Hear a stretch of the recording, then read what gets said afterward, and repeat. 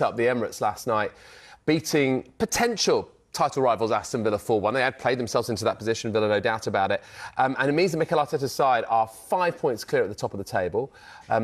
Former Arsenal midfielder, and indeed Villa midfielder, Paul Merson has claimed that they will now win the title easily. That's a big claim, isn't it, from Merson? I mean, listen, I think, you know, when it's just a 5 points gap with a game extra played, you know, obviously, you know, he's seeing what that win meant last night. But what do you think about the significance of that performance and result against a team who had been, you know, coming like a train in the last 11 games they'd won in succession? Look, it was very close in the first half. Yeah. Let's not forget, Watkins had the best chance in the first half. Onana came off.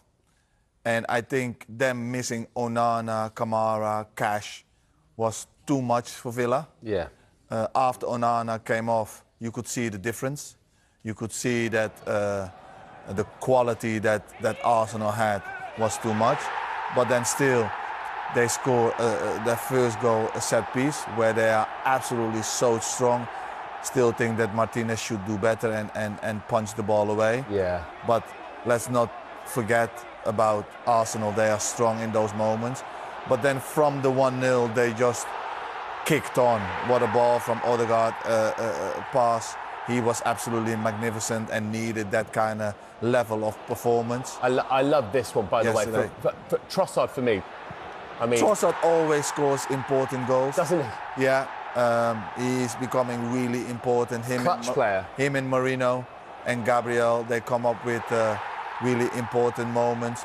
But what I liked about Arsenal yesterday, after the 1-0, they just steamed ahead. Yeah. And they just steamed over Villa. And they haven't done that enough for my liking. Last game against Wolves, they were winning 2-0. Or the game before, they were winning against Wolves 2-0. Wolves came back. Yeah. You know, against Brighton, winning 2-0. Brighton comes back. Goal back, yeah. And then they are with the back against their walls. Yeah. You know, so yesterday was different and it was refreshing to see.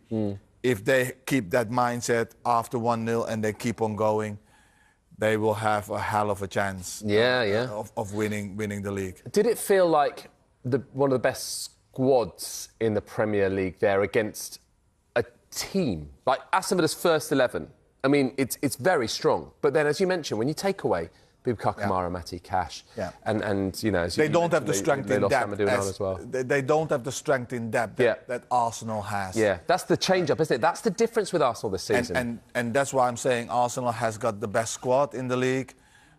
Yes, that brings pressure with it, but they should be able to handle it. It's Arsenal Football Club. They were absolutely magnificent in the second half. They did what they needed to do.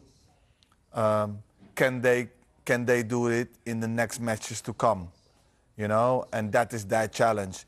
Forget about Man City. Don't look at Man City. Man City is not important. It's all about yourself, Arsenal. That is what you control. Next match, Bournemouth. Can you put that performance down as well? Yeah. Now, not every game is going to be like the Villa at home. Some are going to be ugly and you're going to only be able to win 1-0. We know that they can do that. Yeah. You know, we know that they can do that.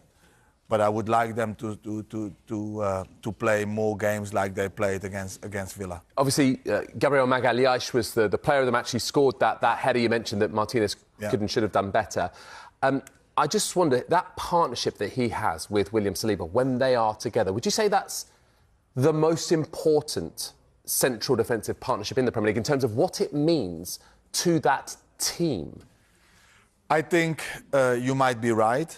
I think Saliba plays a lot better and a lot calmer when he's with Gabriel. I think Gabriel is their leader. He's not the captain. I know Odegaard is their captain, but when he plays, it's like it gives that calmness to the midfielders and everybody around him. He plays like a proper man. He gives that leadership He gives that leadership vibe to the team, to his colleagues, and most importantly, he settles Saliba down. Yeah. And that is just a good thing. Yeah. You have got partnerships all over the pitch.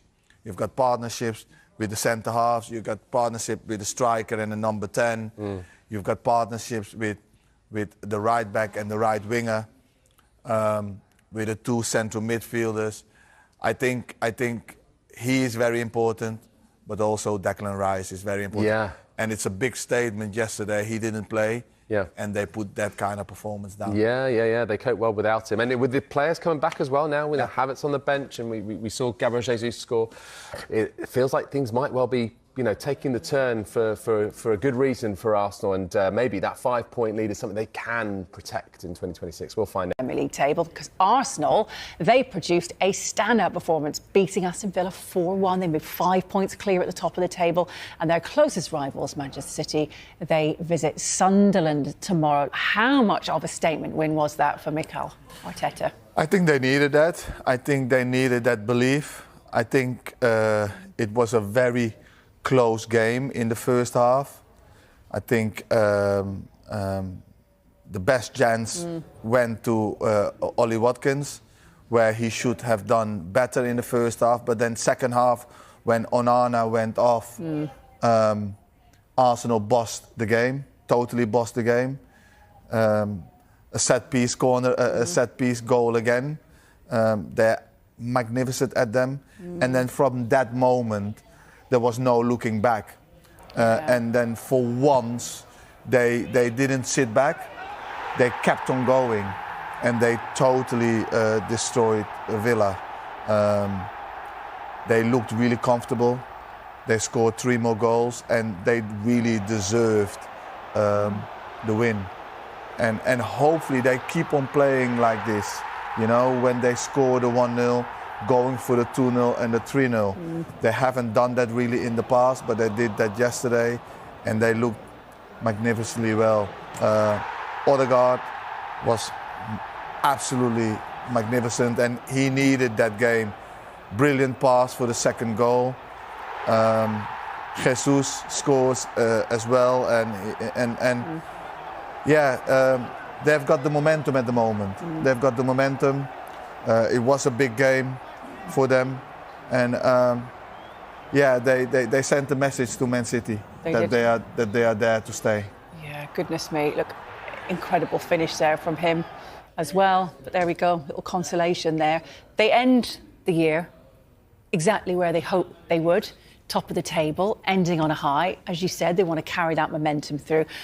Lots of pundits and ex-professionals like yourselves talking about whether they can or can't win the title race, whether City will just nip in ahead of them. Actually, Paul Merson believes they're going to win it easily. Is he right? Can they make it count this time? I don't want to go against Paul because he does know his football. But I don't think that they're going to win it easily. I do think that they will win it. Should they win it easily, not could they, perhaps? I think you don't. That's a big statement. They should win it easily. It just does not work like that. And they are not going to win it easily. Man City will stay there. It's about consistency. It's about doing what they have done yesterday, repeatedly. Now, all the games won't be like yesterday. There will be a few scrappy ones that they have to win 1-0. And if they can do that, they will be champions. The only thing is, Man City has done it, has been there. We know that they can go 15 matches unbeaten and win 15 matches in a row. And that's the mindset that Arsenal needs to have. If they have that, they have got the better squad. They've got 2 players in every position that can play easily, that don't really weaken the side. So it's just a mindset game, and if they have their mindset right, they become champions. Yeah. Look, Gabriel Jesus, he was on the score sheet for them last night. Do you think he should be starting ahead of Gyökeres going forward? That is the question, isn't it? It's a great competition, and you need to have that at a top team. Having 2 or 3 good strikers fighting for 1 or 2 positions. Look, he comes in, the game is stretched, the game is open. He gets a chance, he puts it away.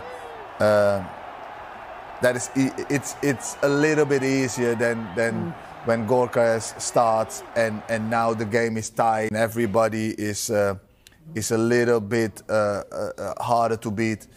So it's a hard one. It's a difficult one. But the only thing that I can say is he will need both strikers. He will need both strikers. There are lots of games. And it can't be better than 2 strikers fighting for a position, you know, that can only benefit the team. Yeah, absolutely. Speaking of having all your best players, look, what about Aston Villa?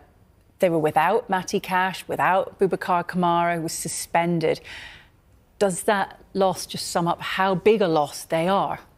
Yeah, they are. Kamara and Cash, they are big players for them, especially Kamara in the midfield. And then also they lost Onana at halftime. They are very important in the system and in the way that they are playing. They are very comfortable without the ball, especially when they are playing. They are always in the right spaces, the right holes, closing people down, making it difficult for oppositions to get shots in and stuff. And on the other hand, when they have the ball, they can control the game as well.